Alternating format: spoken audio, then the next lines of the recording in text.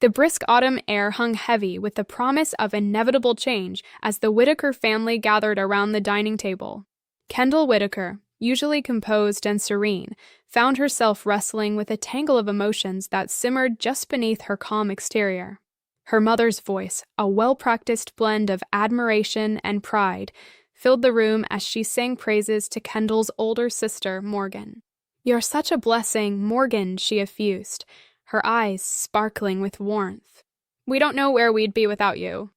Kendall remained silent, her fork suspended midair, while Morgan sat across from her, donning a smile that could capture the world, self-assured and perfect. Not once did Morgan acknowledge Kendall, almost instinctively aware that she would remain quiet, voiceless even. Kendall Whitaker, a 29-year-old middle school counselor, had always been the family's invisible cornerstone, the one who tirelessly stitched the torn pieces back together, only to go unrecognized. Meanwhile, Morgan basked in the glow of affection, her charm and wit eclipsing Kendall's steadfast reliability. Since college, Kendall had been quietly funneling money to support her parents' healthcare needs, making concessions in her own life, while Morgan gathered all the accolades. Yet, a turning point loomed on the horizon, a line she crossed without fanfare or announcements. It was just an average Wednesday. She was in her compact apartment, scrutinizing her dwindling savings after settling her rent. A realization struck her with the force of a sudden tempest. Enough was enough. Weeks crept by in silence after Kendall ceased her financial aid. She anticipated that someone might notice the absence of her quiet support, yet the silence persisted, untouched by awareness or gratitude. Then, the phone calls began. Her mother, perplexed by overdue bills, reached out. Her father mentioned unsettling notices. Morgan, predictably, kept mum, perhaps hoping her deceit would remain buried. The first inkling of doubt from her mother arrived one Sunday afternoon, like a soft knock on a locked door. "Kendall," her mother's voice came through the line, laced with unease. "Your father's insurance is late again." Did something happen with Morgan's account? She said she's been managing everything, yet payments keep failing. The familiar knot in Kendall's chest tightened, a bittersweet mixture of vindication and restraint. She quelled the urge to shout the truth to the heavens and instead offered a gentle nudge toward clarity, suggesting mildly, "Perhaps you should talk to Morgan about it." Kendall's quiet rebellion, leaving her family to piece together the truth, rather than handing it to them, brought a small surge of liberation. But guilt, like an old ghost, haunted her whenever her parents' confusion seeped through the phone lines. Despite knowing she wasn't truly culpable, the sense of responsibility gnawed at her. As the weeks faded into each other, cracks began to spread throughout the facade of familial serenity. Her mother's calls grew in frequency, steeped in anxiety. "Kendall," her mother demanded one evening, her voice firm, "your father's treatments cannot be missed." Morgan claims she's resolving this, but those hospital notices keep coming. Morgan's social media, however, was a kaleidoscope of lavish indulgence, images of her sipping cocktails against panoramic cityscapes and flaunting luxurious skincare products. While their parents wrestled with financial precariousness, Morgan's life continued unchanged, dissonant with the undercurrents of their family's struggles. The inevitable family dinner was set, a gathering her mother insisted would clear the air. Kendall knew what was expected. Morgan would narrate a tale to keep everything under wraps while she remained in the background, an unseen spectator. This dinner, though, veered off script. Their father, usually soft-spoken and unobtrusive, turned to Morgan with a gravity that demanded truth. "Morgan," he said, his voice steady, "you've been in charge of this for a while. Why are the payments falling behind?" The confidence drained from Morgan's face, revealing a moment of genuine vulnerability. She faltered, words tripping over each other as she mumbled excuses about unforeseen expenses and temporary setbacks. Their mother leapt to Morgan's defense, her tone cutting through the tension. "She's doing her best, Gregory. Back off." Then, her eyes settled on Kendall, poised on the brink of assigning blame, her words hanging in the air, waiting for the inevitable confrontation. The tension in the Whitaker dining room felt like a string pulled taut, ready to snap at the slightest nudge. Kendall sat there, her heart pounding like a drum in her chest, struggling to understand how everything had twisted so thoroughly against her.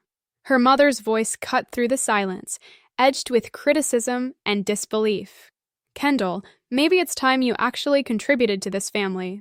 Claiming you helped doesn't change the fact that we see nothing from you." The accusation landed with the force of a stinging slap, leaving Kendall momentarily breathless. Her mind whirled, a tempest of injustice filling her lungs with an aching suffocation. Across the table, Morgan avoided her gaze, her own silence speaking volumes, and their father, ever the quiet presence, sat in passive resignation. It dawned on Kendall that her family truly believed in Morgan's manufactured narrative, that her eldest sister bore all the burdens of this family, while she did nothing. Swallowing her tremor, Kendall bravely voiced, "Mom, that's a lie. I've been the one helping. I've paid those bills for years." The words hung in the air, a quiet rebellion against the oppressive situation. An icy stillness followed, as if the room held its breath with them. Her mother's sardonic laughter broke the silence, full of disbelief and derision. "Kendall, stop. Morgan has kept this family afloat with her sacrifices. You've never lifted a finger." Kendall felt her stomach turn, the sharp edges of false accusations pricking at her stability. Her grip tightened on the edge of the oak table, her anchor amid this familial storm. Desperation edged her voice as she continued, her gaze fixed on Morgan's mask of shock and guilt. "Mom, for 3 years I've sent money. Every month. Morgan hasn't paid for a single thing." Her voice wavered, but she pushed on, determined to expose the truth. "I stopped because I couldn't be invisible anymore while Morgan soaked up all the credit." Morgan's frozen exterior cracked, disbelief twisting her features. Her voice oozed incredulity as she retorted, "What's wrong with you, Kendall? Why concoct such lies? I've been the one holding this family together." The audacity of her sister's denials prickled Kendall's skin with frustration and disbelief. Kendall couldn't hold back any longer. "Do you honestly think I'm lying, Morgan?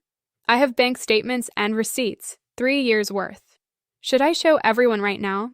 Morgan's mocking laughter held only traces of nervousness, but Kendall noticed her sister's voice waver ever so slightly, a flicker of insecurity amidst her bravado. "What receipts, Kendall?" Morgan scoffed. "You've always wanted to undermine me because Mom and Dad see my efforts. You've been complacent while I've shouldered everything." Morgan threw a desperate gaze toward their mother for corroboration, her words dripping with performative hurt. "Are you serious, Kendall?" Morgan shot back, her voice sharp, carrying accusation like barbs.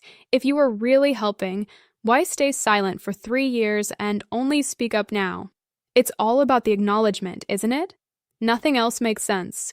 Their mother's nod signaled agreement, leaving Kendall feeling like her family had twisted themselves into strangers. Fueled by a sense of injustice, Kendall felt warmth creeping up her cheeks as she emotionally declared, "I did it because you needed help, not because I wanted applause. I thought it wasn't needed to flaunt it. And yes, maybe I should have spoken up sooner, but how does that justify Morgan's lies and theft of my credit?" Morgan, adopting an air of exaggerated exasperation, rolled her eyes, waving away Kendall's words as melodramatic nonsense. "Come on, Kendall," she retorted dismissively. "I didn't force you into staying quiet. If any of this is true, why bring it up now if not for being spiteful? That's your real motivation." As the evening descended further into a cacophony of accusations and denied truths, the Whittaker dinner room held a story of hidden truths and fractured trust, all simmering beneath the veneer of a perfect family, waiting for the moment to boil over. The room dripped with tension, the weight of unspoken truths squeezing the air from Kendall's lungs. Across from her, Morgan carried an air of feigned innocence, but her eyes betrayed the depths of the deception. As Kendall's father slowly shook his head, his voice remained calm yet filled with inquiry. "Kendall, help me understand. Why not say anything before if it's true?" His doubt, along with the smug curl at Morgan's lips, was stifling. Kendall inhaled deeply, striving to steady the quaver in her voice as she faced Morgan head-on. I chose silence because supporting Mom and Dad was enough, she declared, her voice unwavering and clear. It wasn't about acknowledgement. It was about our family. But then you started taking the credit, Morgan, twisting my sacrifices into your own triumph. It was incredulous, so I waited to see just how long you'd spin this lie. Morgan's face burned with indignant anger, yet she steeled herself, not backing down for a moment. That's absurd, she retorted, her voice rising with outrage. You used my name to give yourself away. If you truly cared, you would have confronted me, but no, you chose this moment to humiliate me. Kendall cut through the defenses Morgan put up. I waited, she said, her voice slicing through the drama, to see if you'd confess, admit what you've done on your own. But you kept everyone trapped in your web while I worked endlessly to keep us afloat. She searched her parents' eyes for understanding, but they looked back with a mixture of shock and uncertainty. This confrontation was not her desire, yet she refused to let Morgan rewrite the reality of their family story. Studying herself, Kendall continued, I have every record, from bank statements to payment proofs, spanning 3 years. It would take minutes to lay it all out, but that's not my goal. I turned to Morgan, challenging. What I ask is simple, honesty. Admit the truth. Morgan crossed her arms, defiance etched on her face, her voice cold yet faltering slightly. I've done everything, she insisted. Produce your evidence, Kendall, or stop fabricating tales to tarnish my name. Her unrepentant words churned Kendall's frustration, yet Kendall clung to calm resolve. Why should I lay out evidence? She asked Morgan. Within yourself, you know the truth. Integrity would drive you to admit it, not dig deeper into deceit. Kendall's father leaned in, his face ashen, while her mother wavered between suspicion and confusion, her allegiance unclear. Morgan persistently clenched her jaw, steadfast in denial. The entire ordeal stung. Kendall's chair scraped back jarringly as she stood, her voice firm despite the upheaval within. I'm finished, Morgan. If lying is your choice, I've nothing more to discuss. She fixed Morgan with a steady gaze, her resolve firm.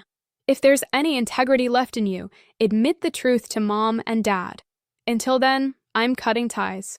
I won't be a character in this farce anymore. Morgan rolled her eyes, dismissing Kendall's stand with a scoff. Spare us the theatrics, Kendall. This is melodramatic. Though her words were barbed, Kendall absorbed them without flinching. Grabbing her coat, she departed with a surety that had eluded her before. For the first time, she prioritized her truth over their unreasonable demands. Indeed, displaying those bank statements could have ended the debate swiftly. But for Kendall, it transcended proving righteousness. She wanted Morgan to take ownership, to confront the web of deception she'd woven for years. As months drifted on, a chasm widened between Kendall and her parents. Calls became mandatory exchanges, devoid of depth and warmth, suggesting either their inability to reach out or a choice to maintain distance. Kendall understood. The truth she uncloaked had irrevocably altered their dynamic. On a chilly, overcast morning, the truth lingered like fog in the air. The image of perfection that Kendall Whitaker had woven around her sister, Morgan, was beginning to unravel. Kendall, a 32-year-old software engineer, had maintained radio silence with Morgan since their confrontation, deliberately steering clear of family events where she would be present. She even skipped her mother's milestone birthday, unable to feign cordiality while Morgan continued to deceive everyone. Kendall's focus had shifted completely toward nurturing her inner tranquility. It hadn't taken long for the cracks in Morgan's flawless persona to widen. Gossip hinted at Morgan's financial woes, late car payments, scaled-back social splurges, and telling social media posts about tight budgets and unforeseen expenses. It was clear, without Kendall's financial support, reality had finally caught up. A part of Kendall almost felt sympathy for Morgan's plight, but couldn't muster any genuine sorrow for the mess her sister created and now faced. Kendall remembered the sacrifices she made without fanfare while Morgan basked in unwarranted glory. Witnessing Morgan struggle under the very responsibility she had falsely portrayed as her own was a bittersweet vindication. Then, on a quiet Saturday afternoon, All pretense fell away when Morgan unexpectedly appeared at Kendall's apartment. The polished veneer was stripped away, revealing a woman on the brink, tired eyes, a hastily tied bun, none of her usual polish or confidence. All Kendall could do was stand at the threshold, debating whether to grant entry or send her sister away. "Can we talk?" Morgan's voice was soft, almost pleading, a side of her Kendall had rarely seen. Against her better judgment, Kendall stepped aside and allowed Morgan to enter, indicating the couch. Morgan sunk down heavily, exhaustion etched in every line of her body. Remaining steadfast, Kendall leaned against the wall, arms crossed, waiting for whatever Morgan had to say. "I'm in trouble," Kendall, Morgan admitted, her voice cracking with vulnerability. "I can't manage everything, I'm lost." Kendall's eyes narrowed, her tone as cool as the autumn air. "That sounds like a you problem, Morgan," she stated bluntly. Watching her sister flinch, Kendall felt no remorse. Her patience had worn thin. "You've created this disaster. Now you get to handle it." Morgan's eyes widened with genuine panic, a look Kendall had never witnessed before. "Kendall, please. I know I messed up, but—" Kendall interrupted, her words sharp enough to cut glass. "Messed up? You lied to our parents, to everyone. You let me shoulder the burden while you played the hero. Now you want rescuing." Kendall's voice went colder still. "Not happening, Morgan. I'm finished cleaning up your messes."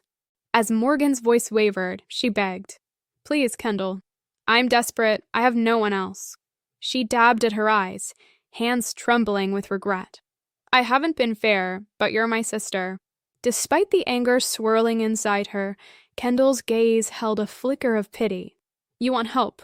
Her voice was detached. "After everything?" Morgan nodded, her red-rimmed eyes pleading silently. "I know I've been awful, but I'm trying to put things right." A sardonic laugh escaped from Kendall. "Putting things right? You've been living a lie for years, Morgan. You want my help? Start by confessing to Mom and Dad.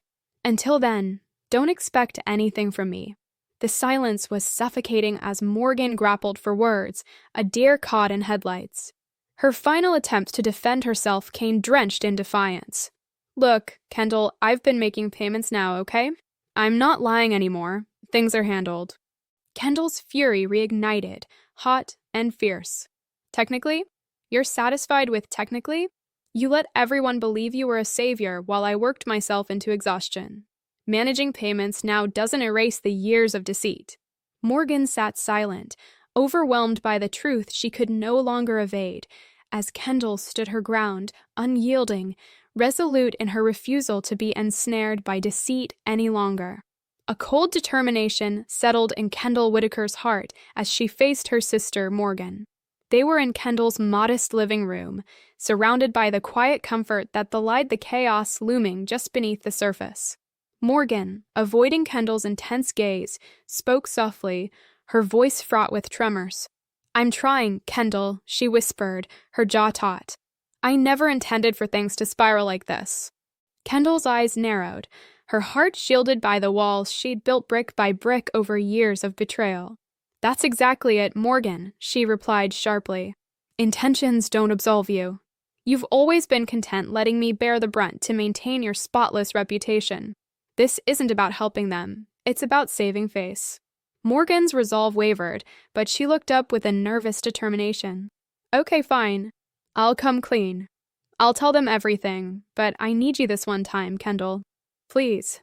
Stunned by the audacity, Kendall could only respond with incredulity, her tone frigid. "You need my help to clean your mess, and only then you'll think about owning up? Convenient."